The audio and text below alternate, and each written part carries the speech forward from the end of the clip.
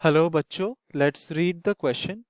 The question says the number of ejected photoelectrons increases with increase और हमें चार options दिए गए. इस क्वेश्चन को सॉल्व करने के लिए हम जो की कॉन्सेप्ट यूज करेंगे वो होगा हमारा the study of the photo electric effect. तो हम यहाँ पर लिख सकते हैं फोटो इलेक्ट्रिक इफेक्ट क्या होता है और इसमें इस फिनोमिनन में जो प्रोसेस होता है वो क्या होता है. हम पहले उसको डिस्कस करेंगे और उससे फाइंड आउट करेंगे कि आंसर क्या है. तो फोटो इलेक्ट्रिक इफेक्ट में क्या होता है, हमारे पास एक एक फोटो सेंसिटिव मटेरियल होता है. फोटो सेंसिटिव मटेरियल मतलब ऐसा कोई मटेरियल जिससे कि हम इलेक्ट्रॉन्स इजेक्ट करा सकते हैं अगर उसमें फोटोन्स गिरे. तो ये हमारे पास एक फोटो सेंसिटिव मटेरियल है. तो हम यहाँ पे लिख सकते हैं ये हमारा फोटो सेंसिटिव मटेरियल है. और हर एक फोटो सेंसिटिव मटेरियल का इसका एक इंट्रिंसिक प्रॉपर्टी होता है जिसको हम कहते हैं वर्क फंक्शन W. इसको हम डिफाइन करते हैं एज वर्क फंक्शन. और ये क्या होता है, it is basically the minimum energy required.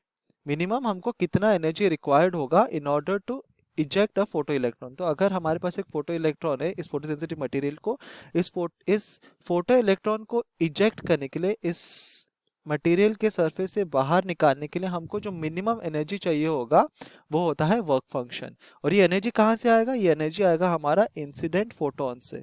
तो हमारे जो सोर्स ऑफ लाइट है उससे जो फोटोन्स आ रहे हैं उस फोटोन का जो एनर्जी होता है ना, that is equal to E is equal to H nu, इसके ऊपर डिपेंड करता है. तो अगर हमारा ई ग्रेटर देन डब्ल्यू होगा देन फोटो इलेक्ट्रॉन इजेक्ट होगा, ग्रेटर देन और इक्वल टू डब्ल्यू होगा तो हमारा फोटो इलेक्ट्रॉन इजेक्ट होता है. ठीक है.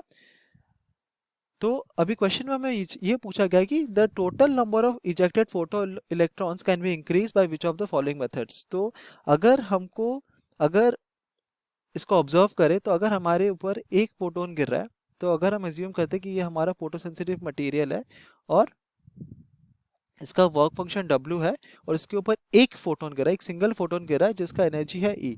तो अगर E is greater than W then हमारे क्या होता है, वन फोटो इलेक्ट्रॉन इजेक्ट होता है. सिमिलरली अगर हमारे पास दो फोटोन्स गिरेंगे तो हर एक इंडिविजुअल फोटोन का एनर्जी E होगा और हर एक इंडिविजुअल फोटोन की वजह से एक एक इलेक्ट्रॉन इजेक्ट होगा. तो दो फोटोन्स गिरेंगे अगर, तो हम यहाँ पे लिख सकते हैं अगर दो फोटोन्स गिर रहे हैं तो हमारा दो फोटो इलेक्ट्रॉन्स इजेक्ट होगा. सिमिलरली अगर थ्री फोटोन्स गिर रहे हैं कि इंसिडेंट हो रहे हैं then three photo electrons will be ejected. तो हम देखते हैं कि the number of photo electrons, यहाँ पर हम लिख सकते हैं the number of photo electrons ejected it is proportional to the number of incident photons. तो यहाँ पर लिख सकते हैं नंबर ऑफ इंसिडेंट फोटोन्स. जितना ज्यादा हमारा नंबर ऑफ इंसिडेंट फोटोन्स होगा उतना ज्यादा हमारा फोटो इलेक्ट्रॉन्स इजेक्ट होंगे. और नंबर ऑफ इंसिडेंट फोटोन्स को हम क्या कहते हैं, इंटेंसिटी ऑफ लाइट.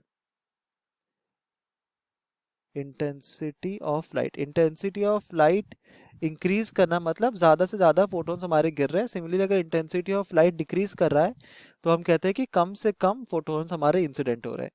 तो द करेक्ट आंसर होगा वो होगा by increasing the intensity of light. तो अगर हम ऑप्शंस ऑब्जर्व करें, ऑप्शन बी हमारा करेक्ट ऑप्शन होगा. Hope you understood it well. Best of luck.